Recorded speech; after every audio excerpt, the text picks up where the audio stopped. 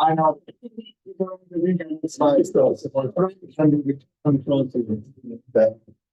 So, all right. Thank you very much, guys, for coming this morning. Welcome online.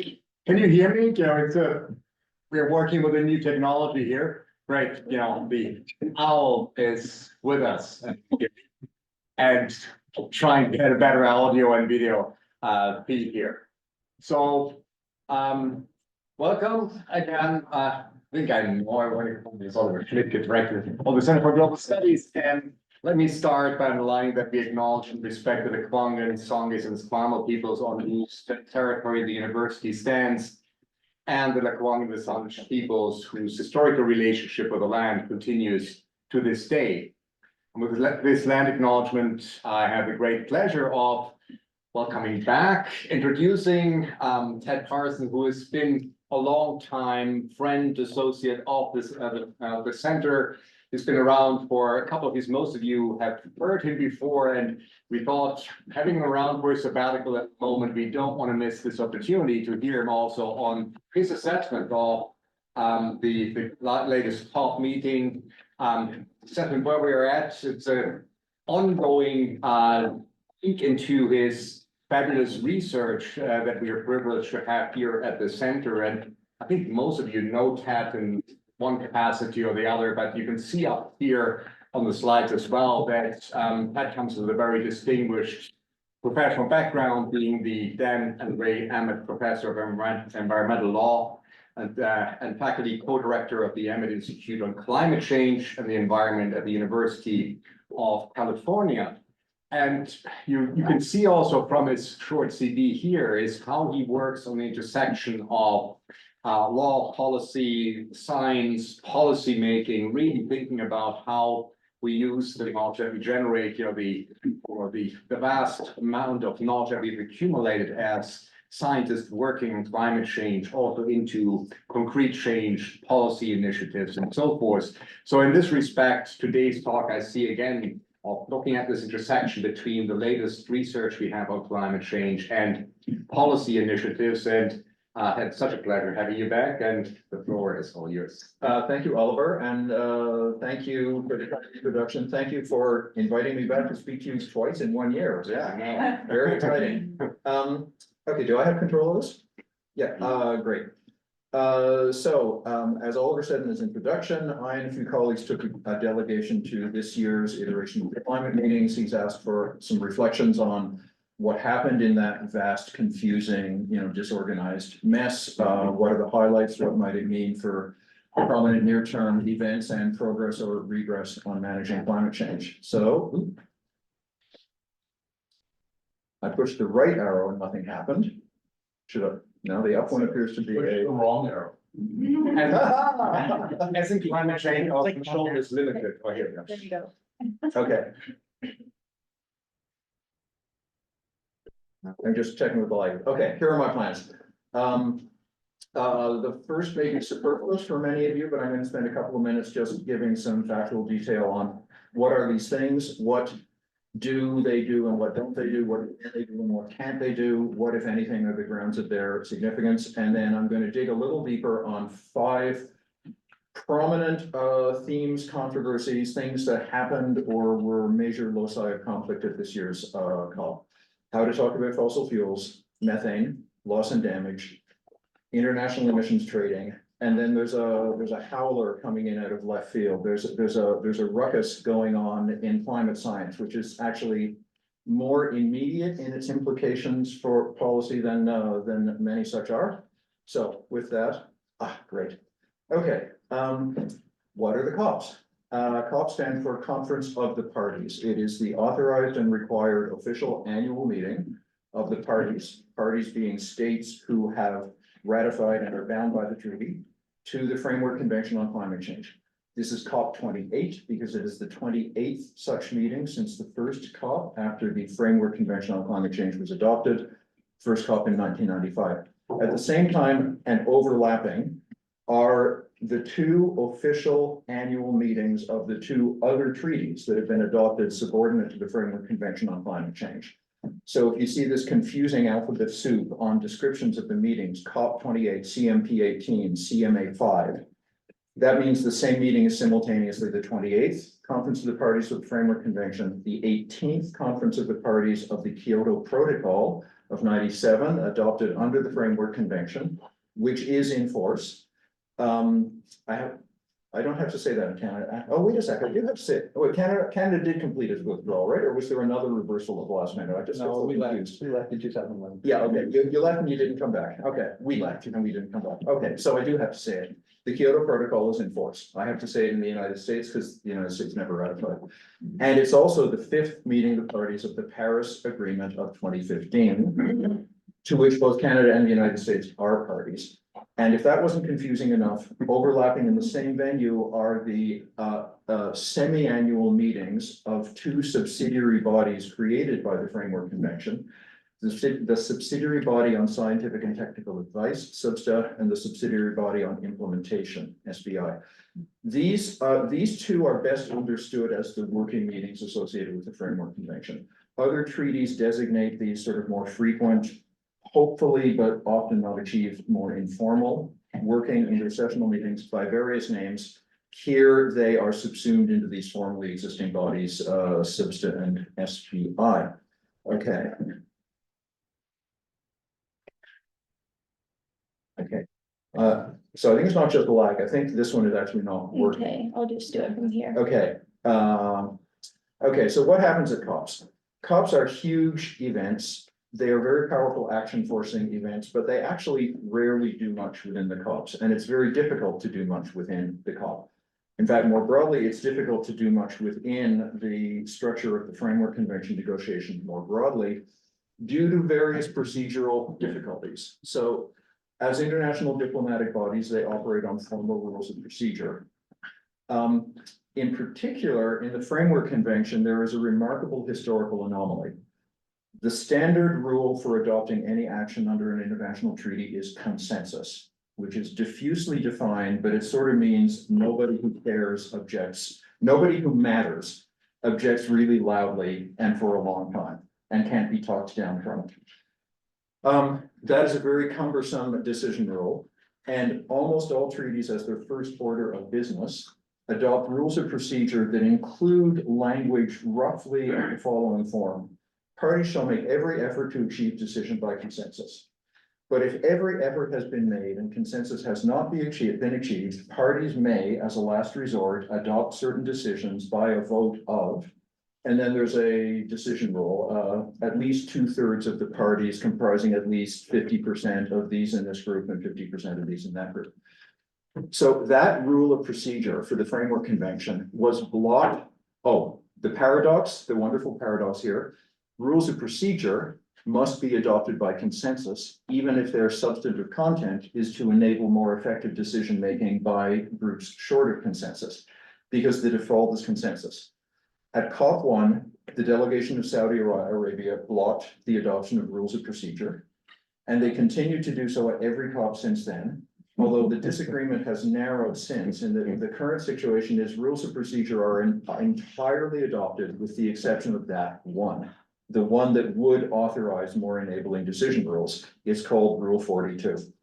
And it still sits in the official rules of procedure. Rule 42 sits in bracketed text. The rest are adopted. Okay, so this means anybody who wants to block can do it pretty much anytime. And in addition, with 198 parties, all formally equal, and the accretion of things that the Conference of the Parties has to do. And here, there's a real long-term active strategic mismanagement going on. Very often when a contentious issue comes up, and there's a group that passionately wants the treaty parties to do something and a group that equally intensely opposes, and they can't get past it, what they do is create a procedural SOP. They say, well, in lieu of resolving this, we will create some new named process and will require parties to meet under this process at least every year or at least every second year. There's now about 30 or 40 of these. They're all, not one of them is an area of current substantively important contestation. They are the fossils of past fights that couldn't have been resolved. And they clot up the arteries of the process to an unbelievable, okay, so COPs don't do much. One thing in particular that could not happen at this COP and happens very infrequently is there was no possibility of making new or amended treaties.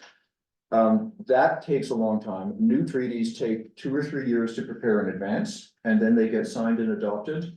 And the history on the climate issue is they then take another 5 to 7 years to clean up with subsequent decisions that actually say what we did. So that's only happened twice. It happened with the Kyoto Protocol in '97 and with the Paris Agreement in 2015. So coming into this COP, there's real universally known constraints on what it can do. It cannot make any new or changed legally binding obligations. What COPs do, the bread and butter of their work is adopting so-called decisions, which are agreed text and fought over just as intensely as if it were legally binding, which when you look at the text they're fighting over is sometimes mystifying, because if anybody's worried about getting caught in an obligation they don't want to fulfill, the multiple layers of qualification and exemption and conditionality, it's like there's almost nothing binding anywhere. But that's what they fight over. The decisions formally implement pre-existing treaty obligations. They establish mandates to negotiate new instruments. And they don't make new legal obligations. I can tell I'm already going too slow, so I'm going to not make my nasty side comment about tiptoeing around the United States Senate and what that did to Paris. If you want, that might come up in questions. Okay, so I'm kind of arguing they're no big deal, but then arguing in the other direction, what goes on inside the formal negotiations is often the least important thing that's happening at the COPs. I like to think of COPs as a 3-ring circus, with the exception that 3-ring circuses normally have spatially separated rings. The COP has 3 concentric rings. So the center ring, the sanctum sanctorum, the holy of holies, where national delegations work out this very important placement of commas that they're fighting over. That's where the official international legal action gets done. Everybody wants to be as close as to the center as possible, but it's so boring in there. It's so dreary. The formality coupled with the minutia of what they're arguing about. You know, I send in these, like, you know, bright-faced, you know, idealistic students to help with little delegations, and they come back, you know, hours later, sort of gray and ashen. Okay, so that's ring 1. Ring 2. It's sort of hard to characterize these differences, except ring 1 is very clearly defined. It's national delegations. It's people who are there in an official capacity with the authorization to make decisions for their governments. And then in that ring are some representatives of official international organizations as well. Ring 2 is all the professional and all the other professional stuff, all the deal making, the announcements, the private-public partnerships, the new investments, the interacting with officials to sort of give them trouble over their actual policy actions independent of what they're accepting as legal obligations here. I like to think of Ring 2 as the place sort of outside the official national, you know, boundary, but the place where people are still wearing badges and mostly walking around in suits. Yeah, not all, but mostly.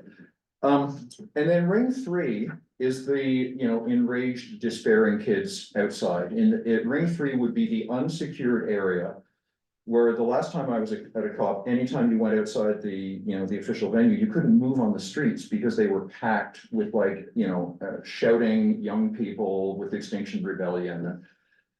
So this is demonstrations, manifestations of the intensity of outrage and concern, sometimes organized, sometimes not organized. And it's just every other thing that people think is relevant. You know, let's go to COP.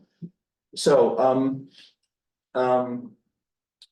The three ring structure is hugely important because to the extent COPs matter at all, it is that they matter by virtue of stuff that happens in interaction among the rings. Sorry, okay, back. I think I have no control. Okay, back. Just like a cop. It is. Okay, why is it everywhere you go? I mean, it's no fault of you or CHS, everywhere you go, this happens, right?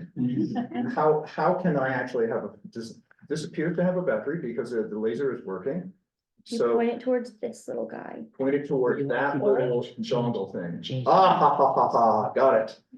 Just point precisely, thank you. Okay, so COP28 was really strange. It was strange in the overall scale. It was by a factor of 2 bigger than any previous one. And the fact that it was in such a, I don't know, an out of the way, awkward and weird place makes that even stranger. But even more different was that I've never seen a COP where the relative numbers and attention and importance of the rings was as skewed as it was. Basically, ring 1 was dreary and relatively small as usual. Ring 2 was enormous. Ring 2, it's like everybody in the world was there, every business and industry sector, every international organization, every NGO, every new entrepreneur or venture capital fund wanting to do something in green tech. The news coverage highlighted the extreme numbers of fossil fuel industry representatives, but I'm almost of the opinion that their bloated representation was actually not out of line with the bloated representation of clean tech, finance, you know, old legacy industries, crypto. You can actually just look at a map of the site. I mean, there were 2 separate zones for sort of more ring 1 and more ring 2, and ring 2 is vastly bigger. The whole site was enormous. And there was essentially no ring 3. There were no demonstrations, there were no angry, despairing children in the streets. You know, in a remarkable little piece of sort of geopolitical symbolism, there was one disruptive demonstration inside the negotiations. It lasted about 2 minutes. It gave every indication of being tightly disciplined, and it was in support of Palestine and in denunciation of Israel. So why did that demonstration get authorized here and nothing else? Yeah. Okay. Okay. First of my 5 themes of what went on. One of the most controversial points for the past few COPs has been the language used regarding fossil fuels. This COP was unusual in that it was deeply infused with fossil fuels from top to bottom to an unusual degree, including the venue, the scale of industry participation, and the leadership. The 2 small photographs up top are Sultan Akbar, president of the COP. I have some small that fit the text, so I'm not sure you can quite see it clearly, but in the left-hand photograph, he's speaking to Abu Dhabi Sustainability Week in his capacity as the president of the COP and the CEO of a large solar company based in the Emirates. In the right-hand photograph with the white background, he's speaking at the annual meeting of shareholders of the Abu Dhabi National Oil Company, of which he is also the chief executive officer. That irony was widely and controversially reported, and noted as well that this is the middle one of 3 COPs in a row that are all being held in fossil fuel production locations. Last year, a little less extreme with Sharm el-Sheikh in Egypt, this year in the Emirates. And after a ludicrously comedic fight within the East European group, which might actually be comedic enough to be worth 2 sentences to tell you, the host of next year's COP was settled as Azerbaijan, another very large oil and gas producer. The ludicrous fight here is that there's a firm pre-agreement that the COPs rotate among pre-designated regional groups. So this year was the Middle East's turn, and next year is Eastern Europe's turn. But the decision of a specific site within that region must be made by consensus among the national representatives of that group. Now, if you consider who's in the East European group right now and what's been happening for them on other issues, roughly speaking, it looked like there was going to be no site for next year's COP until the last 2 days. And when there's no site, they all revert by default to Bonn, which everybody hates.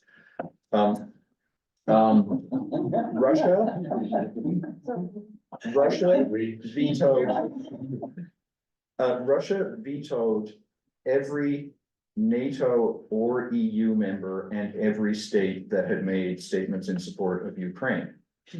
Ukraine vetoed Russia and the few post-Soviet states that had signed on in support of Russia's invasion of Ukraine.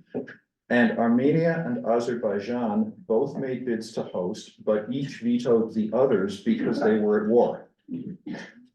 Then in the last couple of days of the conference, Armenia and Azerbaijan, except diplomacy is really wonderful, right? Armenia and Azerbaijan met, without blows, and adopted a side deal that Armenia would drop its veto of Azerbaijan's bid if Azerbaijan released some hundreds of hostages that it was holding from their conflict earlier this year. The deal was made, and Baku is the site of next year's COP. You know the wonderful old quote from the distinguished British early 20th century diplomat Harold Nicholson in speaking about British diplomatic history. Of course, you can deplore the appalling things they did, but you can't help but at the same time admire the excellent manner in which they did them. So this occurs to me every time I see some like bizarre event like this. Okay, so fossil fuels are everywhere, but they always have been. It might be that actually the prominence of the fossils this time is actually more helpful than harmful, because they've always been there and they've always been in extremely powerful positions. And at least this time it was sort of in the headlines, and it was embarrassing and a little restraining as a result. Now, the fight over fossil fuels in the inner ring comes down to the text of the relevant decisions. And here, I think it might be useful for you to compare the relevant text from the last time they had this fight 2 years ago in Glasgow to this time. So 2 years ago in Glasgow, the relevant text in the decision, paragraph 36, calls upon parties to transition toward low emission energy systems, including accelerating the phase down of unabated coal power and inefficient fossil fuel subsidies. The three bolded words are the points of conflict. Phase down versus phase out. Do you have to say unabated, and what does it mean? And then really just the inefficient fossil fuel subsidies or all of them? Okay, so after 2 years of progress and some pretty intense conflict, what we got this year is calls on parties to contribute to the following global efforts. And then there's a long list of good things under that chapeau text, of which I've only identified the two that are most relevant. Transitioning away from fossil fuel systems so as to achieve net zero by 2050. Okay, hold those two things in your mind for a moment. Away from fossil fuels to achieve net zero, and phasing out, this is interesting too, inefficient fossil fuel subsidies, unless it's hidden by the side of Zoom here, except those that address energy poverty or just transitions as soon as possible. That is an interesting and perhaps helpful new wrinkle on the long fight over fossil fuel subsidies, because there's so much confusion and definitional trouble over what counts as a fossil fuel subsidy and what the subsidies actually are and where they go. And oh, thank you. Someone who's taught a lot on Zoom. Yay! Thank you, Sophia. Most actual fossil fuel subsidies in the world are in middle and low income countries, and they are on the consumption side. They are subsidies for domestic use of cooking and heating fuels. The ones that seem outrageous in richer countries and producer countries often don't actually meet a strict definition of subsidies. The issue is the distinction between true subsidies, meaning payments from the treasury to benefit a particular commodity and trade, and unpriced externalities that are deemed to be subsidies. In any case, this is how it changed. This text probably got achieved partly by virtue of a very strategically sophisticated communication move, which is there had been a web conference preparatory to the COP about 3 weeks earlier, in which Mary Robinson, the former president of Ireland and former chair of the UN Human Rights Commission, was in conversation with Sultan Al-Jaber. And Mary Robinson said something like, the science says it's essential to cut fossil fuels. And the Sultan, who is an extraordinarily skilled, polished, quick, he's a very, very impressive man. And among other things, his skills of diplomatic courtesy and communications are just at an extraordinary scale. He's never rattled. But in this conversation, he's clearly tired and irritated. And he responds rather sharply and sort of scoldingly to this very distinguished person speaking to him and says, the science doesn't say anything of the kind. It's simply false to say that the science calls for eliminating fossil fuels. And of course, it's actually a very interesting conversation, because if you have to pick one or the other of these as being right, it's the Sultan who's right, not Mary Robinson. Science never tells you to do anything. And, you know, science, even at its best in areas of strongest knowledge, it gives you confidence about what consequences will follow from certain actions. But whether those consequences are acceptable in those actions, science doesn't tell you that. So there's been a lot of simplifying of semi-scientific claims about where the curve of damages kinks and things start to get much worse that are quite reductive. And strictly speaking, nature doesn't care about fossil fuel use, or the climate doesn't care about fossil fuel use. The climate cares about emissions, and it doesn't even care just about human emissions. It cares about human emissions, natural emissions, and all the interactions and feedbacks between the two. The aggregate net flow between human stuff and the rest of the ecosystem. So if you could be absolutely confident that you could run an economy on fossil fuels and take all the emissions away and put them securely in a place that they won't bother anybody or anything for thousands of years, then in fact, the Sultan is correct.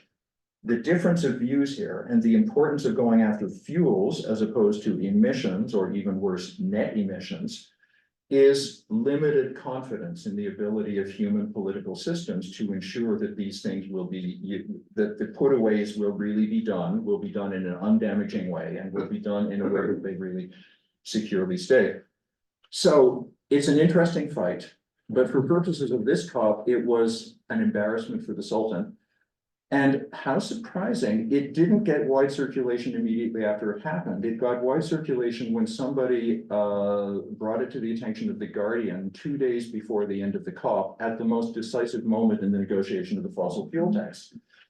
So the advocates of more liberal treatment of fossil fuels were back on their heels, and the stronger text in this decision, which is stronger, transition away from, that's really quite strong, because that says, you know, move away from. I think that means all the way away from. Yeah. Although the net zero then weakens it. It still has the inefficient, which is weakening, but then it has this elaboration that acknowledges that some fossil fuel subsidies do really important development things. So it's sort of mixed, but it's clearly a small step in a more favorable direction. Now, of course, even if that's so, it's like, what does that mean? I mean, how much real action force comes from this decision text? Not zero, but not necessarily much. And is there any chance that it'll move things fast enough to make a difference? Maybe not. Okay, that's fossil fuels. Point two. This was widely described as the methane COP. There was a ton of enthusiasm about initiatives to control methane. These were almost all in ring two. There other than a hortatory mention of reducing methane in that long decision text, which is not obligatory, there's not much new. But around in ring two, half a dozen major jurisdictions had been running their pants off to complete the adoption of methane regulations in time to be able to announce them at the COP. Canada was doing that, the United States was doing that, the European Union was doing that, and half a dozen other jurisdictions. So thinking back again of COPs as action forcing events, it's like those things, it isn't that the COP made countries adopt regs they wouldn't have otherwise done, but the COP gave a deadline and a focus and a sense of competition among them. So I was actually in close communication with the methane regulators in both Canada and the United States through the fall for our parallel methane project. And they were basically, we can't talk to you, we can't talk to you because we have to get this done in time for the COP because the minister has to be able to announce it. It's like, those of you who worked in positions like this, like, that's how it works. The minister needs an announceable. It's on the 2nd of December. What are you gonna do? And what you're gonna do is get something through very fast that does more or less what the minister said he wants, and you'll take care of the details later. So that's good. There's an informal international agreement called the Global Methane Pledge. Started about 5 years ago. It actually grew out of a long-standing voluntary initiative, initially driven by the Environmental Defense Fund. Countries join it, and the commitment on joining is you work toward all of the member countries jointly reducing methane by 30%. It's a very strange way they configure the obligation. It doesn't say in order to join, you have to say you're going to reduce methane by 30%. You're going to work toward the aggregate of all members reducing by 30%. There's now 150 countries signed on to that. It seems to be quite effectively motivating. And the news at COP was they got 5 more, including 2 major oil and gas exporters, both Central Asian and former Soviet states, Kazakhstan and Turkmenistan, both joined. The oil and gas sector, not to be upstaged, announced with great fanfare their decarbonization charter.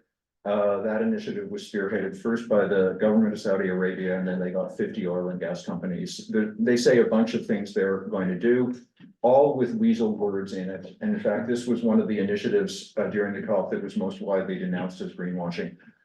And then there's a bunch of other stuff that didn't get the headlines, initiatives from investors, foundations, NGOs, other national governments, international bodies, targeting methane. Some of them potentially very large in their impact, but not immediate. And in contrast to the top line ones here, they were not denominated in terms of claimed effects in reducing emissions, but still real. Okay, now, everybody's talking about methane, but I think it's important to note that there is room for argument over whether the current prioritization of methane actually makes sense. Relative to CO2, methane is a very, very strong radiative forcer. So it has a very high global warming potential, but it has a very short atmospheric lifetime. So if you emit a ton of methane, it heats a lot this year, and then it's almost gone from the atmosphere in 10 years. The consequence of that is that if you cut methane emissions today, that is the most effective way to get near-term reductions in the heating that would otherwise be realized. In fact, some of the most enthusiastic estimates for methane initiatives say that if the world could actually cut half of anthropogenic methane, that could shave 0.2 to 0.3 degrees C off global average temperatures achieved in 2040. I think that's kind of an expansive estimate, but it gives you a sense of why people are focusing on this. On the other hand, the same properties of methane can be interpreted in exactly the opposite way to say cuts in methane emissions today don't matter one bit for late century heating. Because the methane that would have been emitted today that you cut would have taken itself out of the atmosphere in 10 or 20 years anyway. And so the methane's contribution to late century heating will come entirely from recent emissions that are recent at that time. So the fight over this is in one sense a fight over what time period you're most scared about. So if you think things are desperate over the next 10 or 20 years and every 0.1 C shaved off now, matters, then you should put all investment into methane right now. If you think that what matters is the much higher projected temperatures coming later in the century, then that is all driven by long-lived gases or other interventions. John, I said I wouldn't talk about solar geoengineering today, but there are other interventions. Okay, thank you. And so the only thing to focus on to reduce end of century heating, leaving aside technological interventions, is cutting CO2 emissions. This only came to wide attention over the past month or two with a couple of very prominent activist climate scientists getting on soapbox and saying the current attention on methane is greenwashing because it is diverting from the essential problem.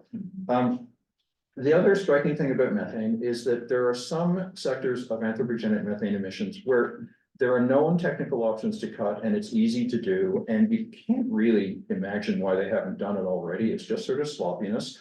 Some of the cuts cost nothing. Some of the cuts are profitable. If you're selling natural gas and you have leaks, those leaks are sending valuable product that you would otherwise be selling. So it's like fixing that leak doesn't cost you, it gets you more stuff to sell. One manifestation, this is particularly prominent in the oil and gas sector, that there's a ton of sort of known routes to really very easy and cheap reductions, which is the reason that all the current regulatory activities are prioritizing oil and gas.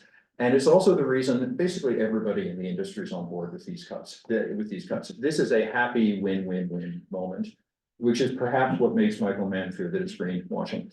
There are also, within methane emissions, there's a real element of looking under the lamppost here. Methane is complicated. Of total current methane emissions, only 60% are human, 40% are natural. And the big worry about methane is interactions between the two. More emissions and more heating might mobilize more natural sources and make positive feedbacks. So controls now can only possibly get at the 60% that's human. And of that 60%, 22% worldwide comes from the oil and gas sector. It's a lot more in some countries, obviously. In Canada, it's 38% from the oil and gas sector. So that's a stronger case for an immediate focus on oil and gas. But so it's absolutely worth cutting, but really nobody has good ideas on what to do for the other sectors. Roughly speaking, human methane is about a third energy, a third waste, and a third agriculture. In fact, globally, agriculture is somewhat bigger than a third, and agriculture is basically cows and rice, ruminants and rice. And of course, all sources are currently underestimated, so none of this may be that helpful. So there's a ton of activity on methane, some dissent over whether it's actually well placed. It's probably going to achieve some substantial early gains that will be quite limited in scope and won't necessarily generalize to the rest of the sector. Okay, third topic. I have 5, not 3 of 5. How am I doing? Yeah. Okay. Loss and damage. Loss and damage is a term that was introduced in the climate debate very early. 1990 or 1991 was the first mention, and it came from a low-lying island state. Loss and damage describes harms done by climate change that are not or cannot be avoided by adaptation. So the climate changes, so you haven't avoided that by cutting emissions or other mitigation. And then the climate change causes harm, and adaptation is intended to reduce the harm to people and their stuff and things they care about from a given level of climate change, but it can't reduce it all the way to zero. And loss and damage is that which is left over. This has been a hot button issue since first raised. It's got more prominence over the past 8 or 10 years in a sequence of initiatives where small procedural steps in favor of loss of damage got adopted. Then the big step was last year in 2022 at the last minute. The COP in its decision said there shall be a fund for loss and damage established, period. That was all. Everything else, everything else to be left for later. Over the years since then, there have been negotiations to operationalize it, and there was claimed but probably very fragile agreement on text on loss and damage announced at a meeting in November. That includes a few elements. The loss and damage fund will be initially placed in the World Bank, which the rich countries love and the poor countries hate. There was a shocking degree of fight over whether contributions to the fund are to be deemed voluntary or obligatory. It doesn't say either, and the default assumption is that they are therefore voluntary. But the head of the US delegation at that meeting, Wendy Sherman, was sufficiently exercised by this that she made an uncharacteristically undiplomatic and rather rough, like sharp-elbowed statement right at the end of the meeting that said, the United States deplores the fact that the text doesn't say explicitly that all contributions to the fund are voluntary. It was actually a little bit mystifying. It's not clear how that serves US interests. Perhaps she was having a Sultan Achabur moment. Maybe she was, you can only guess that at this stage in her work, she was exhausted and irritated also, even in this agreement, there are no numbers, and the numbers really matter. Estimates of the requirements for loss and damage after full adaptation are from 200 to 400 billion a year by 2030. And the voluntary pledges made to the loss and damage fund after it was established and announced at this COP presently totals 660 million, of which 2/3 comes from 4 sources, 100 million each thrown in by France, Germany, Italy, and the Emirates. So you can only guess that there was some side, what are you gonna do? We're gonna go 100 in for 100. And of course, notice that's an M, that's a B. Yeah. Okay, and there's no sign of large others coming. So loss and damage I find it a very, very difficult issue. So, I mean, I work on climate change. I care about saving the climate. I care about justice. I care about sustainable development. I care about people. I care about nature, but I mainly work on climate change. Loss and damage is not about climate change. It is incorporated into the climate talks, but it's not about climate change. It is by design a set of payments that do not do anything to reduce harms from climate change. Because reducing climate change, that's mitigation, and reducing harms conditioned on climate change, that's adaptation. Loss and damage is pure loss compensation. It is an insurance payment after the fact to victims for losses in money rather than in the stuff that you lost. Thus, even more than adaptation, it sort of shifts subtly outside of the space of climate change. And very much replicates 50-year-old conflicts over development assistance and development aid. Who gives how much, on what terms, to whom, for what purpose, under what controls, through what vehicle? That is, a third of the past 50 years of North-South conflict agenda. And loss and damage pulls climate change into that space. So I'm very worried about, it's not that I don't care about Kiribati going underwater, I do, but nothing's going to stop Kiribati from going underwater, nothing. And so, and the people of Kiribati absolutely need compensation. I sort of wish that compensation wasn't called part of, or maybe this isn't even a climate vehicle, maybe this is a global justice and development vehicle with climate as one prominent element. Because what's happening, it's very clear, there's a lot of hostility toward this by the donor countries. They're not giving much, few are giving, and those who are, it's very clearly redirected from adaptation or other climate finance. So this is supposed to be a big increase in the pot, and a big increase in the pot is needed given the losses that are going to be suffered, are already suffered and going to be. But this is not going to be an increase in the pot. So strangely, it's like this wasn't much of a salient conflict at this year's COP, but it's a time bomb. It's a serious source of coming future challenges. Okay, last two topics. What about carbon markets? Article 6 of the Paris Agreement endorses voluntary cooperation in the implementation of nationally determined contributions. So NDCs are the national statements of intention and achievement that parties are required to submit and periodically update under the Paris Agreement. Article 6, voluntary cooperation, articulates conditions under which countries may claim the results of international cooperative effort on their own emissions inventories and thus identify them as contributions to the achievement of their NDCs. So it looks and feels like international trading of emissions or reduction obligations, except that it's all in the context of this non-binding voluntary system, as was defined by Paris. There's two subparts of Article 6 that matter. 6.2 defines a scheme for national exchange, party to party. It states some broad principles about how country A can purchase or receive from country B credit for reductions achieved in country B. But 6.2 very much leaves all the detailed implementation under bilateral control, under the joint control of the two national parties doing it.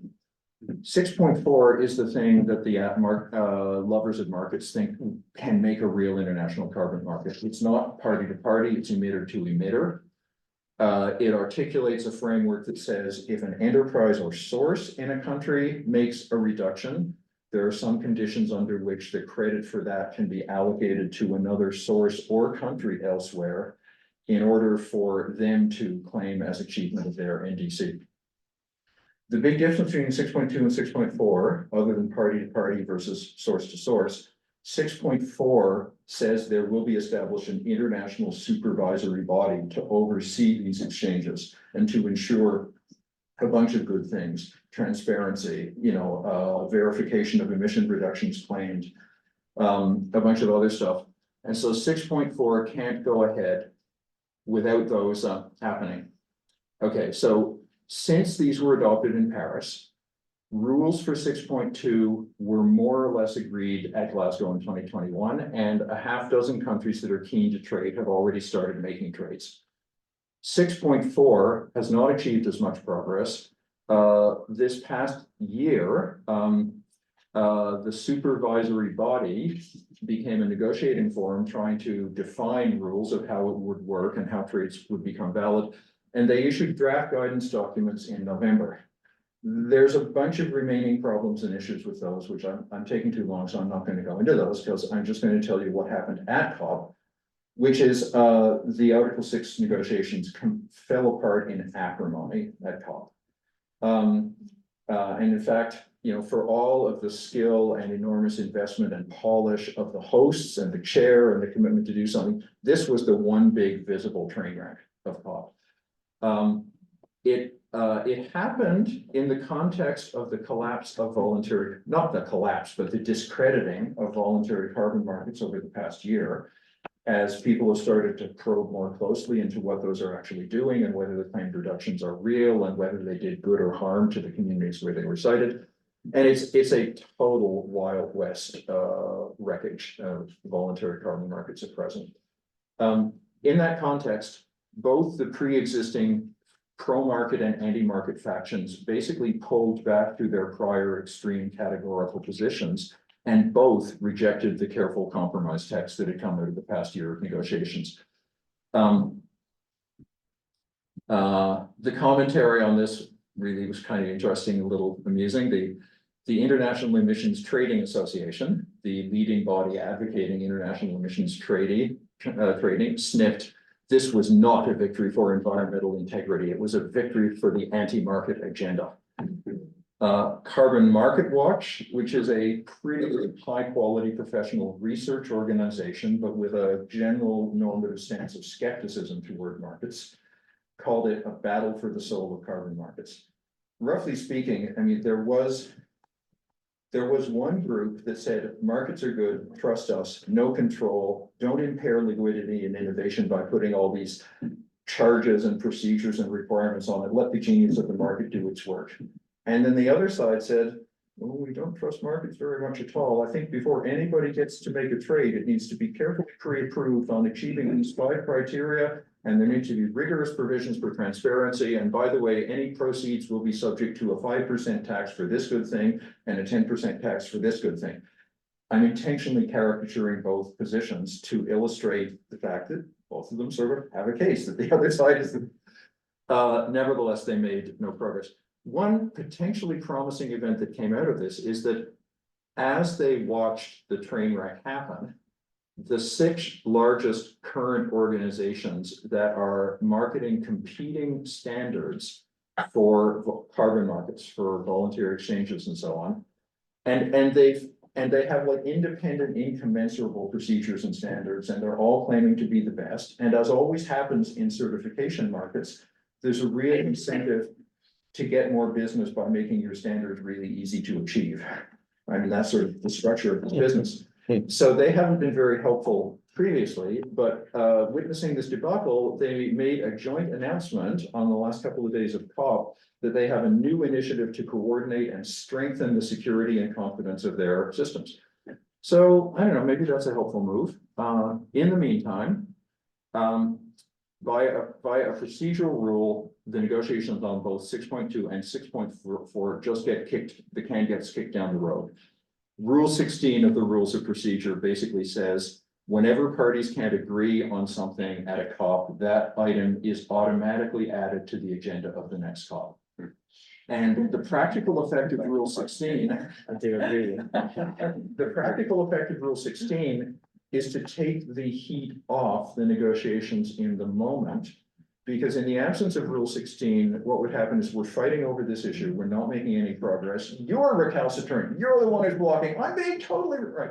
And everybody's saying that, and then if you don't get it by the end of the COP, it takes an affirmative decision to put it back on the agenda of the next one. And so there's a sense that you have a time-limited opportunity to make progress on this. Rule 16, you can see the administrative good sense of Rule 16, but it undoes the pressure to make compromises and come to agreement in real time, because you always have the available alternatives. And we'll keep fighting against this in Baku. See you in Baku next year. Okay. In the meantime, what happens? 6.2 has enough rules in force that exchanges can continue. But trades that have been made under 6.2 have also been suffering reputational harm. Among other things, the sort of flagship trade under 6.2 was a deal where Switzerland paid to electrify the urban bus system of Bangkok. And it subsequently came out that the urban bus system of Bangkok was actually scheduled and capital was allocated to electrify it a few years later anyway. And so what the Swiss payment did was accelerate in time a change that would have happened in any case. And thus it fails the test of additionality, because credit for trading is supposed to be trading that reduces emissions really relative to what they would have been otherwise. But what they would have been otherwise can't be observed. It is a hypothetical, counterfactual future state. So the construction of additionality is just a morass of optimism and fraud. But this was an unusually clear case in which a widely touted trade was disclosed to have achieved not nothing, because moving it forward 3 to 5 years, that is some reduction, but much less than had been claimed. No 6.4 change, no exchanges under 6.4 can go on because those need the mechanisms in place, and those have not been adopted. What's probably going to happen in the interim is that much more capital and attention is going to flow back into voluntary markets. After the collapse over the past year, those will get big again. Perhaps the coordinating initiative will actually strengthen the quality of the voluntary market a little. I mean, there's a long way to go. The other thing that might happen is that national regulators, especially financial sector regulators, are getting very interested in carbon trading. They're interested in it for reasons that are very much within their scope of authority: money laundering, fraud, consumer deception, right? But in multiple jurisdictions, like fairly heavy hitting actors in Europe, Britain, United States, have signaled their intention to do something. Okay, last point. This is the new ruckus going on in climate science. And for this, you need to briefly understand the cast of characters. In one corner, you have the Intergovernmental Panel on Climate Change, thousands strong, the authoritative international body on scientific assessment of climate change, established in 1990, winner of the Nobel Peace Prize, just completed its 6 major assessment series.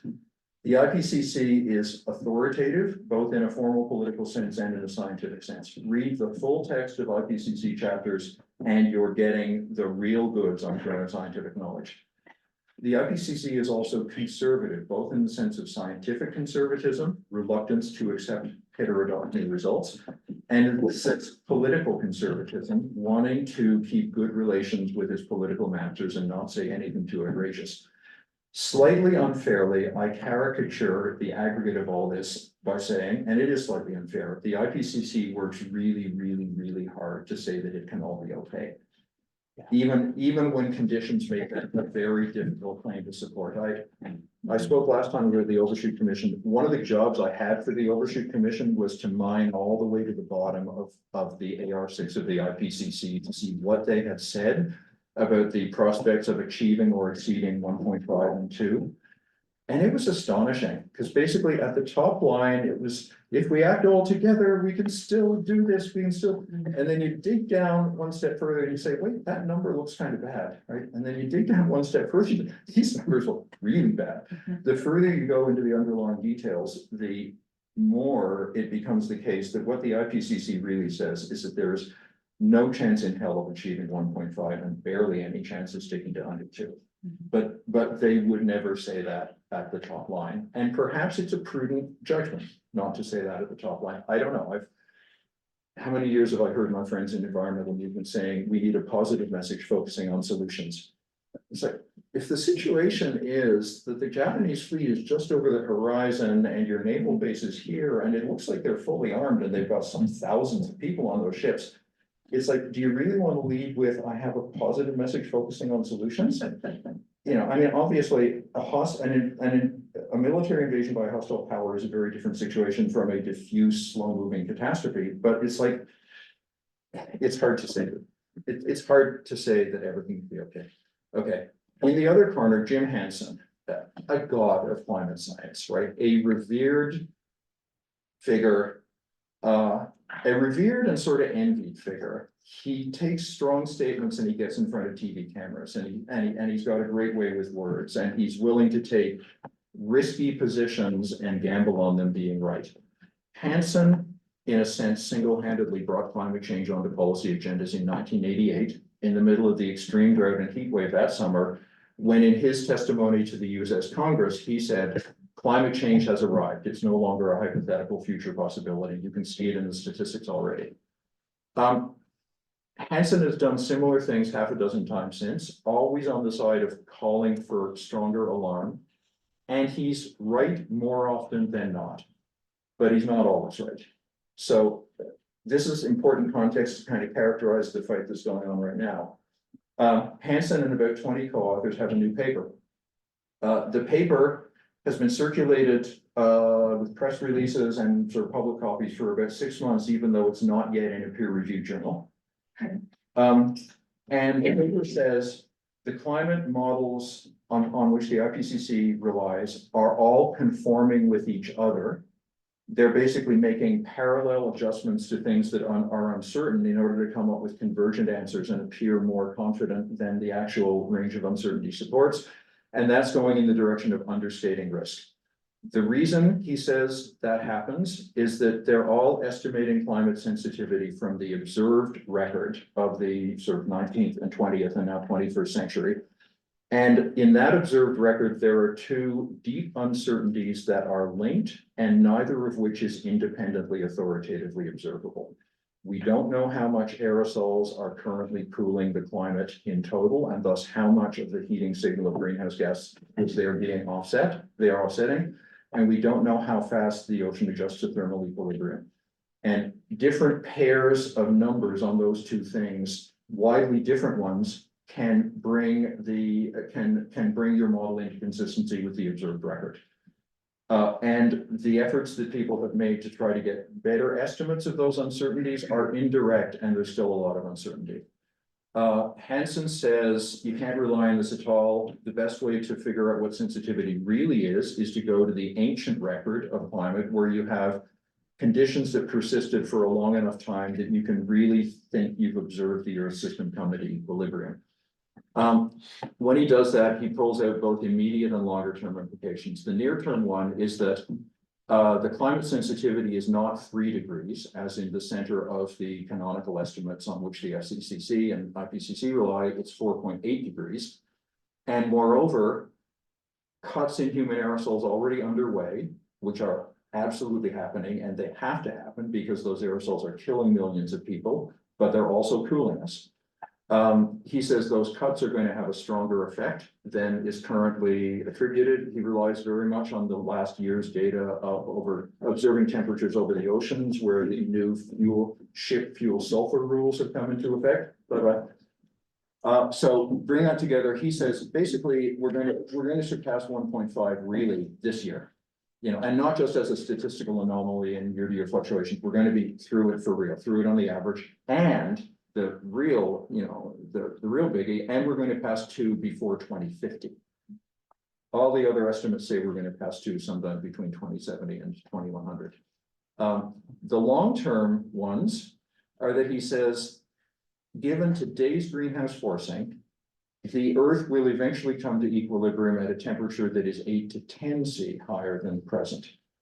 But in making that estimate, he's incorporating what he calls slow feedbacks. Slow feedbacks are ice sheets, carbon cycle in ecosystems, and they operate over timescales of hundreds to thousands of years. So he is making a serious claim that where we are now, come to equilibrium, can sea otter, with all the ice sheets gone, the sea level 60 to 70 meters higher, and an otherwise completely transformed world. But the reporting of this paper did not adequately highlight the degree to which those are century to millennial projections of where the current situation takes us. So the paper's titled Warming in the Pipeline. And Hansen clearly wants people to think, oh my God, it's warming in the pipeline. The pipeline's right here. It can be in the pipeline, but 1,000 years before it's going to get to you. Now, of course, can see change in 1,000 years. That's probably, even in 1,000 years, that's probably a big deal, right? 70-meter sea level rise? I'm not sure, I don't know how we do anticipatory adaptation for a change that big, even over multiple centuries. So that's the paper. That was sort of the j'accuse, the challenge. It got a ton of coverage.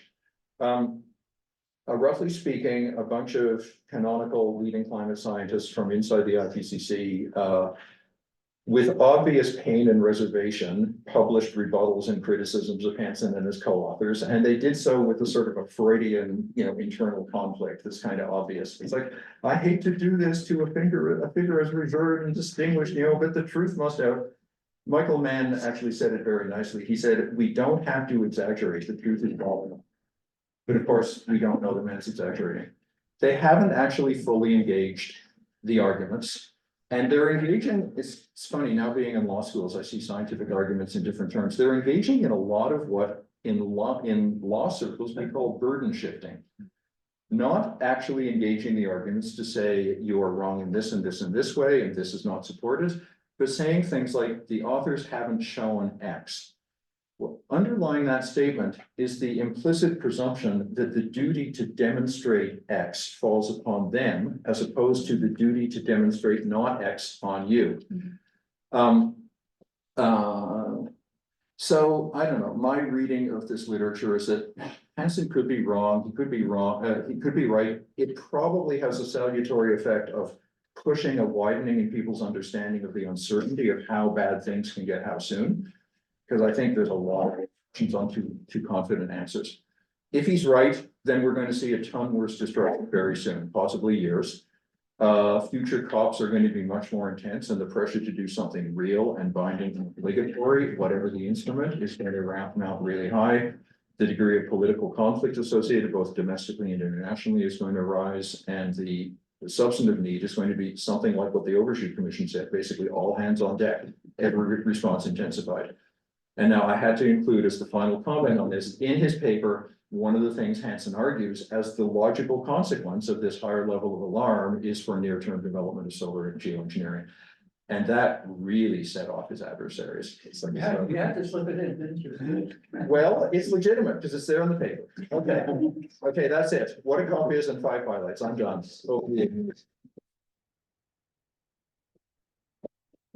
Thank you, Pat. Well, probably question if there's any sense of optimism in your talk. One thing I know for certain is that we get very well informed, and your expertise is great. Welcome. It's wonderful to hear your assessment. Even sobering as it is, about the cost. So with this, I would like to open it up. Any questions? We want to join us in the circle. I think there's more space now. Or are you okay for the in the sitting back there? And also, I see Doug jumping in online. So Doug, if you want to start your camera. Wow, I get the first question. Are you saying, Oliver? Yeah, we just need to wait for 1 sec. We need to increase the volume here a bit. Go ahead. Okay, how is it now? Very good, thank you. Good. All right, thank you. Lots of food for thought in that presentation. I enjoy the way you present it too. It's awesome. So just a quick question, and I think there's a lot of elements to it. So you can tell me if I'm way off track here, but I've got to focus on wildfire. And in 2018, the GHG emissions from wildfires in BC was 3 times every other source in the province for that year. So in 2023, we went through a similar situation in Canada. The numbers aren't in on the GHG emissions from 2023, but I'm sure it'll be a similar pattern. What I'm wondering is, fuel treatment in the forests reduces the amount of GHG emissions. So I guess it's a question about 6.2, Article 6.2 and additionality. Would that be a scenario where there would be an opportunity to attract national investment from outside of Canada into BC, or Canada and subnational into BC, on fuel treatment in reducing GHG emissions as part of an Article 6.2 scenario? What an interesting question, and I don't know whether that's been engaged before. You're right, it goes right to the question of counterfactual alternatives. What's the baseline? So to my knowledge, there has never been an offset or carbon exchange approved or even proposed that has defined a stochastic baseline, a probabilistic baseline as opposed to a deterministic one. So if you wanted to argue, if we don't do this, this forest will all burn, and the increase in emissions resulting will be, X megatons, then that would have as strong a substantive basis for being a legitimate trade under 6.2 as a whole bunch of other stuff. We would have done this in the alternative. The thing that I find difficult about this is that, where it really upsets me is kind of the continued enthusiastic pursuit of biological removal options, even going into very vulnerable stocks like forests. The piece I'm not so clear on is that I think the most that BC could say in that case would be, if we don't do this, there is this probability distribution of how much fire would burn over the next 5 or 10 years with this associated distribution of emissions, but it's not a claim of a certain alternative. So I guess the point is interesting, worth trying. It is within the context of a system that is just encouraging overestimation, wildly, because counterfactual alternatives are, they're a morass, but it's not worse than it's not worse than the rest. Thank you, Doug. Good seeing you, Doug. Now it's Peter, and then we have a question online, but from Ted. However, before I hand over to you, Peter. Again, great to have I have to rush off to meet a candidate in political science. What was it that I said that so offended you? No. We talked about Jody, you're going to take it. Peter, thank you. Thank you. Thanks, Ted, for this. What I take to be an overview of why and in which ways COP is not doing enough. Right? So my question is about how to get COP to do more, and it's a question to you as a lawyer, not as a climate scientist, right? So already today, millions of people are dying from climate change related causes. Yeah. Right? And so one would think that there might be a legal lever to hold either states or corporations accountable for those consequences. That's other consequences. Right? Now, that's, so for instance, that's what we did with tobacco, right? Could we do something similar with fossil fuels? And in particular, in this context, is there any avenue within COP to open the possibilities for anyone to be held accountable in that? Thank you, great question. There's a whole bunch of ways you could imagine COP getting more effective. And it's also worth saying that it's possible that even though the internal Ring 1 work in COPs, is sort of dreary and awfully slow and so on, that COP's role as action forcing events and mobilizers of action elsewhere and around, it's pretty big. I think it's fair to say that most progress that has been achieved in a kind of an interaction between national commercial action, interacting with the international process. For COP to do more, of course, in a hypothetical alternative world, states could agree to submit to binding legal obligations of whatever degree of ambition and specificity they were willing to undertake. They could draft a treaty that would bind themselves to serious action. They have never done so far on climate, and they have only rarely done so on other environmental issues. And yet turn up the dial of how bad things are, and I think more serious action of that kind becomes possible. In the interim, I interpret your alternative proposal as basically a shift to a liability-based regime to try to motivate action. And so a couple of comments on that. One, that is already happening. Basically, I mean, smart, aggressive lawyers now with deep pockets are pushing climate liability suits in every court where there's a prayer of its having traction. But those are all national and subnational courts, right? I mean, liability exists within legal systems. So there are much more limited and exclusively treaty-based liability regimes at the international level. And indeed, to define international liability for climate change would require a new treaty. You can imagine a treaty that assigns liability in a manner analogous to the treaty on liability for nuclear accidents does across borders. Sure, states could do that. It's not there yet. Second observation, that in a sense is what the loss and damage people are trying to do.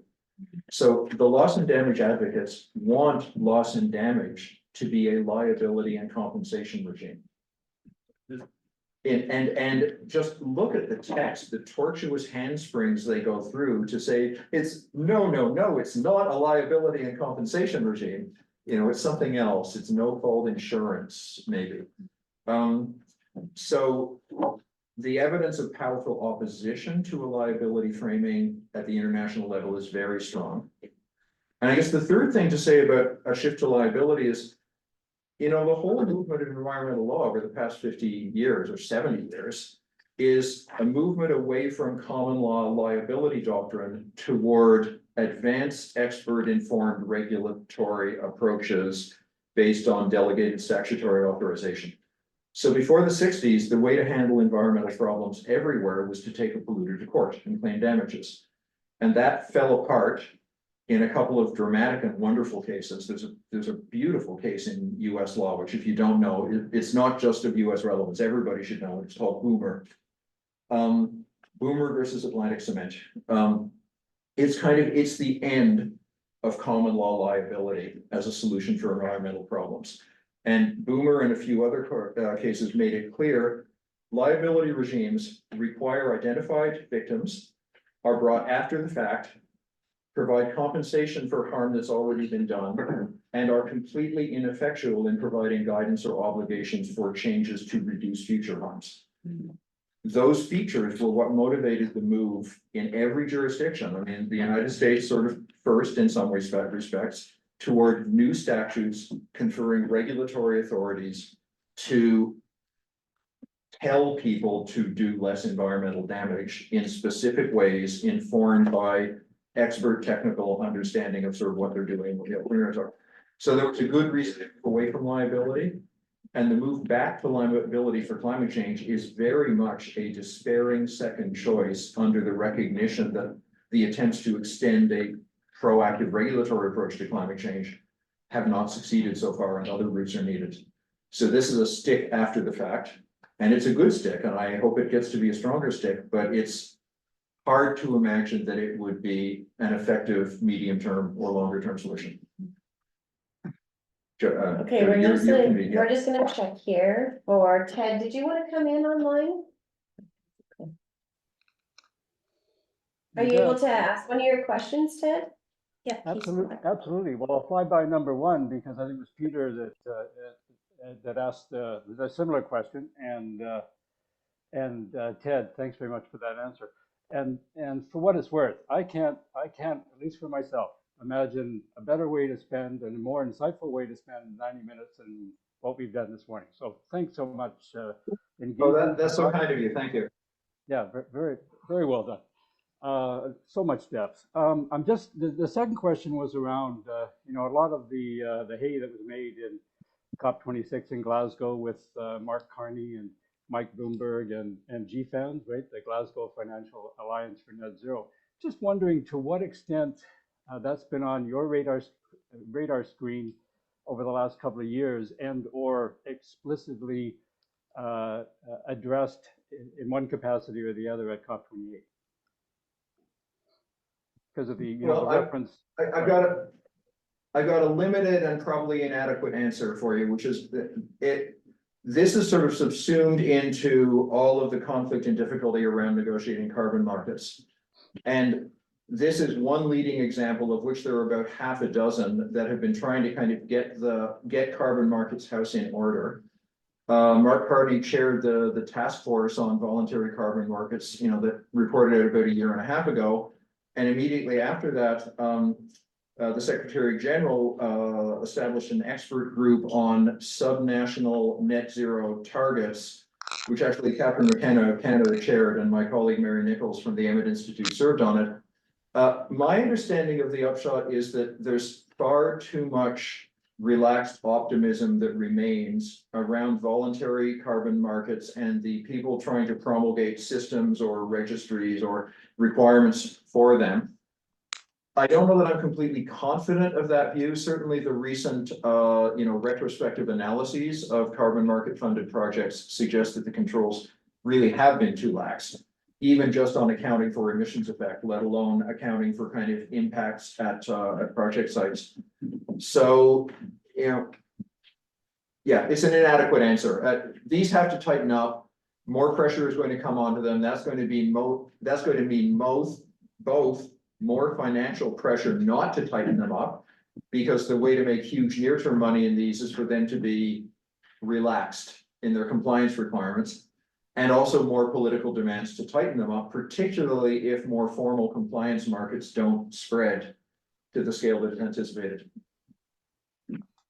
Okay, I've got a list of people, we've got about 10 minutes, Okay. and I want to I'll try to be encourage some shorter of in my the. answers, That's sorry. okay. I want to just encourage a couple of the people that are shy and quiet, that we have somebody who went to COP, so if you have dumb questions, that's okay, and I'll sneak in a dumb question to start it off. I love dumb questions. I try to always ask them. So. Okay, so we have John, and then we have Tom. So John, do you want to go first? Thanks, Ted. I thought that 2023 was a stock taking. In other words, it was 5 years after Paris, and that was an official attempt to check on where each of the countries were on their national determined contributions.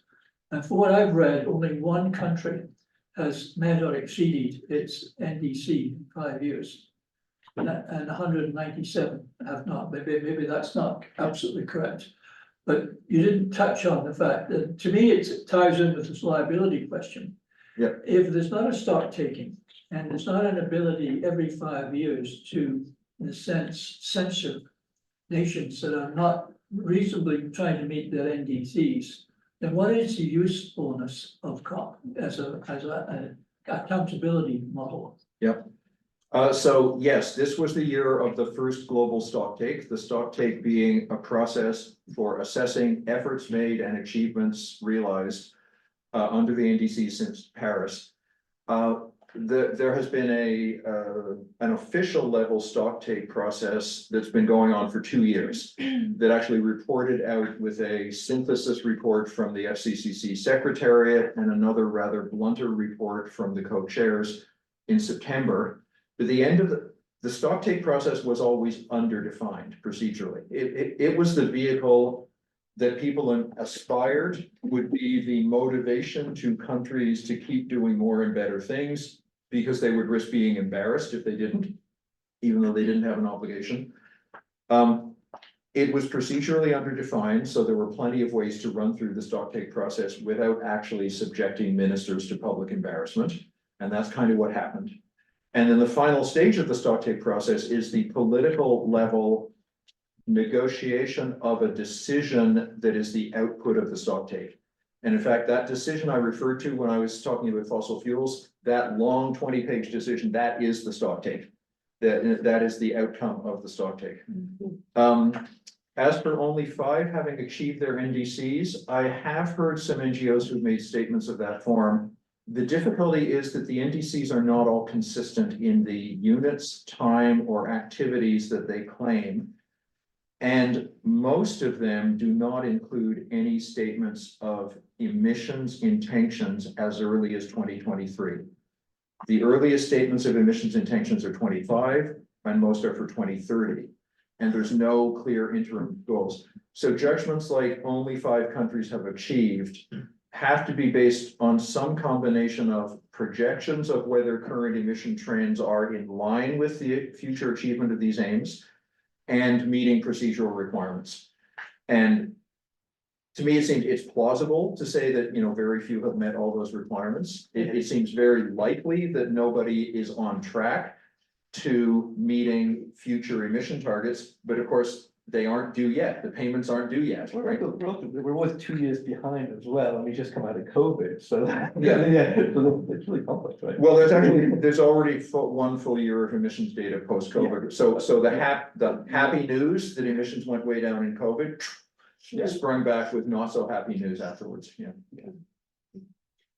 Tom, do you wanna go next? And Chris, did you wanna add to the conversation after Tom? Yeah, I can ask a question, but. Yeah, Tom wants to sounds go. good. Yeah, I just, thank you very much. Mhm. I'm curious about adaptation. Because I think it appeared in one word, I think you put it in at one point, and you know, obviously, since we're moving forward with more emissions and warming, that seems to be a topic that is relevant, right? And I know that the IPCC has a plan to, in 2029, I think, to produce a whole report on adaptation. So I think, but anyway, my question was, how much, you know, talk was there about adaptation at COP? Because you didn't seem to mention it at all. Yeah, good point. Answer, very little. So a few levels of answer. 1, very little. 2, there were a couple of adaptation related jobs defined in Paris. Both of which were sort of left to be resolved later. So there's an outstanding obligation to define a global goal on adaptation, on which no progress has been made. So nobody even quite understands what it means. There was also an exhortation, there was the establishment of an adaptation fund and an exhortation to give a lot of money to it. That has fallen short. So retrospectively and late, the initial 10 billion per year commitment made way back in Copenhagen was finally realized in 2022 or 2023, but that's too short by a factor of 10. The bigger thing to say about adaptation is, I sort of alluded to that in my discussions on loss and damage.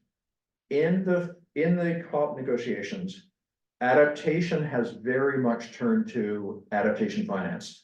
There's almost no conversation about substantive adaptation, what it would mean, what international engagement is necessary, what it requires. It's all been backed out to being money, in part because nobody clearly knows what to do internationally substantively with adaptation. Adaptation's local. Is it different in every case? It needs local resources and expertise. So it's mostly avoided. It's mostly turned into money to the extent it's not avoided. Maybe you have newer information than I do on the IPCC. They had their scoping meeting just a couple of weeks ago where they defined their next assessment cycle agenda, including what special reports. I've been meaning to go in and see what they decided. It wasn't the news Okay, just in the past 2 weeks? last week, I think. Okay, then someone must be reporting on the IPCC scoping meeting, so that'll be interesting. I don't know anything about Yeah, it. it's interesting, right, that it gets a little talk, you know, because it's a pressing issue, right? You think, Yeah. in a lot of countries, right? I A mean, plug here for maybe- the commission. The commission had a really interesting recommendation on adaptation that aimed to get past the transmutation of adaptation into money. It's a recommendation for bilateral comprehensive deals between coalitions of donors and individual vulnerable countries that would include the articulation of national adaptation